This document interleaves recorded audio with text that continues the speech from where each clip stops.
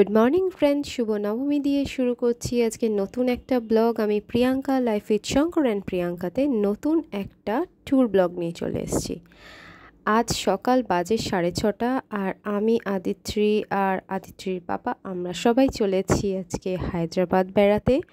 তো অনেক আগে আদিত্রিকে উঠিয়ে দিয়েছি, আদিত্রি ঘুমিয়ে পড়েছে আর আমরা যাচ্ছি হায়দ্রাবাদ টু সিকান্দ্রাবাদ ফলকনুমা এক্সপ্রেস।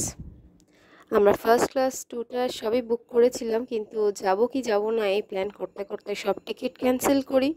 তো আনফর্চুনেটলি এখন আমরা 3 টার ইকোনমিতে যাচ্ছি, কারণ ফ্লাইটের টিকিট আকাশ ছোঁয়া হয়ে গেছে। তো ট্রেনের সফর বেশি সুন্দর লাগে আমার সব সময়, কিন্তু টাইমটা বড্ডই বেশি, 26 ঘন্টা, অনেকটাই বেশি। তো হায়দ্রাবাদ যাওয়ার আগে কলকাতাকে একটা বাই বাই করছি, কয়েকদিনের জন্য কলকাতাকে মিস করব।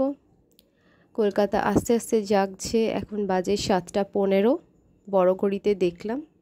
আর সেই চেনা পরিচিত এই হাওড়া স্টেশন চলে এসছে, যেটা দেখলে মাঝে মাঝে মনটা সত্যিই খুশি হয়ে যায় যে কোথাও আমরা বেড়াতে চলেছি। হাওড়া স্টেশনে পৌঁছানো মাত্রই কুলিদের উপদ্রব শুরু হয়ে যায়। যদিও আমাদের লাগেজ বেশি ছিল না, 2টো ট্রলি ছিল।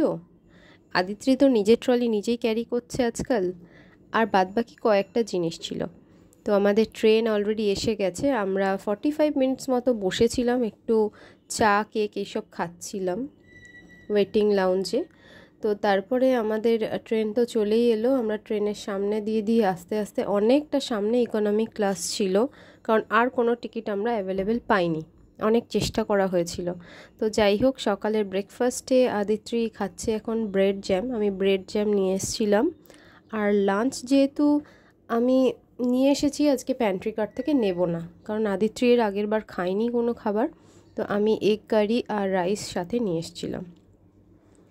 ইদানিং বড় হয়ে যাওয়াতে প্রতিটা বাচ্চাই বোধহয় এরকমই করে। ও একেবারে টপ ফ্লোরে উঠে গেছে, আপার বার্থে উঠে গিয়ে ওখানেই ওর কমফর্ট জোন খুঁজে নিয়েছে, নিচে আর বসবে না। ও আমরা খুব দুঃখের সাথে জানাচ্ছি যে এত চেষ্টা করেও আমরা আপার বার্থ, মিডল বার্থ পেলাম, লোয়ার বার্থ কিচ্ছু পাইনি। যাই হোক, কথা আর বাড়াচ্ছি না, সামনের সুন্দর দৃশ্যটা দেখতে বলছি। এটা হলো সেই বিখ্যাত চিল্কা লেক। এই চিল্কা লেকের ভিডিও আমরা আরেক সময় দেব, কারণ আমাদের ডিসেম্বর মাসে একটু পুরী যাওয়ার প্ল্যান আছে। তো সেখানে হয়তো চিল্কাও আমরা যেতে পারি।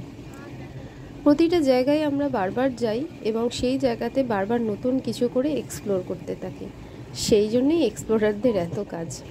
তো যাই হোক, আমাদের ট্রেন নির্দিষ্ট টাইমে উইদাউট এনি লেট কিন্তু খুব ভালো যাচ্ছে। আর আকাশের অবস্থা সত্যি ক্লিয়ার, জানি না কতটা ক্লিয়ার, হায়দ্রাবাদ পৌঁছালে বুঝতে পারবো। এখন তো সত্যি পরিষ্কার লাগছে। এখন বাজে হচ্ছে 4:55। বালুগাঁও হয়ে আমাদের ট্রেন ছুটে চলেছে ব্রহ্মপুরের দিকে, যেটা কিনা ওড়িশার লাস্ট। তারপরেই কিন্তু আমরা ইচ্ছাপুরম হয়ে অন্ধ্রপ্রদেশ প্রবেশ করব। ট্রেন মোটামুটি 5-10 মিনিট লেট চলছে আপাতত বালুগাঁও ছাড়ার পর। তো এই চিল্কা কিন্তু অনেক দূর পর্যন্ত এক্সটেন্ড করছে। এই জার্নিটা প্লেনে একরকম, ট্রেনে একরকম। যাই হোক, 26 ঘন্টাটা কিভাবে আস্তে আস্তে কাটতে চলেছে আর কি। এখনও আমরা বালুগাঁও ক্রস করে, ব্রহ্মপুর ক্রস করে ঢুকবো ইচ্ছাপুরমের দিকে।